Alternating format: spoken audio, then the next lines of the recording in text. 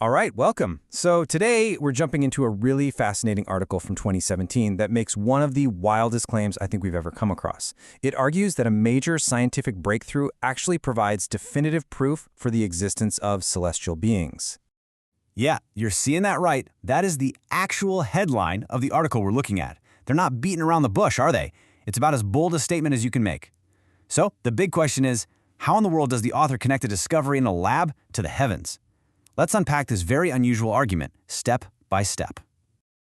Okay, so first up, you might think an argument like this would start with, ancient texts or some deep philosophy, but nope. The entire foundation for this claim is built on a pretty recent discovery in the world of quantum physics. The scientific heart of this whole thing is something called the Majorana fermion. Now, its existence was just theoretical for about 80 years, but scientists finally confirmed it in 2017. And its defining feature is just bizarre. It is its own antiparticle. Because it has this kind of miraculous quality, it got a nickname, the angel particle. And believe me, that name is super important for where this is all going. And just to give you an idea of how mind-bending this particle really is, check out how the lead scientist Zhongshu Seng explained it. Basically, he's saying, look, if you think of matter as a +1 and antimatter as a -1, this particle is somehow both at the same time. It's where 1 equals -1. And as he says, that implies that 2 equals 0. This idea, right, of total opposites packed into one single thing, that is the scientific hook for this entire argument. You gotta remember that. All right, so we've got our weird particle from the world of physics. Now the author takes a hard pivot, moving from the material world of the lab into the metaphysical, the spiritual realm, and they introduce a totally different kind of being. The author calls these beings Tianxian. So what is a Tianxian? Well, the most important thing to know about them is this one quality. They are self-consistent. And what the author means by that is that they are a perfect, complete unification of yin and yang. They are both male and female, light and dark, a totally self-contained whole, kind of like that classic yin-yang symbol. And this is where the difference between them and, well, us, gets really stark. According to the author, we humans are fundamentally dependent. Think about it. We need air, we need food, we need water. We need like 64 different things just to keep going. And that dependency means we're never truly free. The Tianxian, totally different story. They're perfectly self-sufficient. They don't need anything from the outside world, which means they exist in a state of what the author calls absolute freedom. Okay, so let's recap. We've got this particle that's its own opposite, and we've got this celestial being that's a perfect mix of yin and yang. So now we get to the really critical part. How does the author actually connect these two ideas and build a bridge between them? The whole argument is basically what you'd call a proof by analogy. It breaks down like this.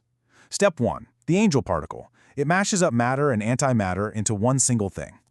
Step 2, the author basically says, hey, that scientific unification, that's just like the spiritual unification of yin and yang. And since the Tianxian is defined as a being of unified yin and yang, bam. Step 4, the author concludes that the physical, real-world discovery of the particle acts as scientific proof that these beings are also real. So, okay, let's just go with this for a second. If you follow this logic, what does it all mean?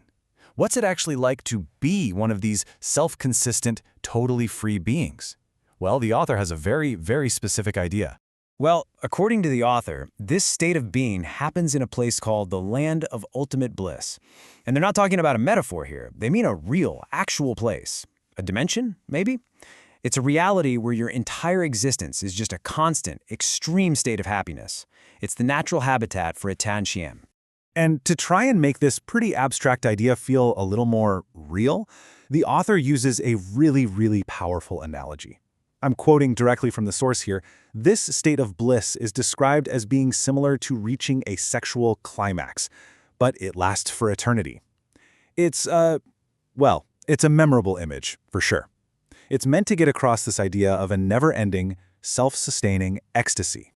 All right, so let's pull all this together. We started in a physics lab with a tiny particle, we went through some deep spiritual philosophy, and we ended up in a state of eternal bliss. And really, what this whole explainer has been about is seeing how one of these things is used to prove the other. And this really leads us to the core question that this whole article raises, doesn't it? You have the hard science of a paradoxical particle on one hand, and it's being used as a perfect mirror for a spiritual concept on the other. It's a fascinating connection, right? It speaks to how we're always looking for patterns. But it leaves us with this big question to chew on. Where do you draw the line between a really compelling metaphor and actual literal proof?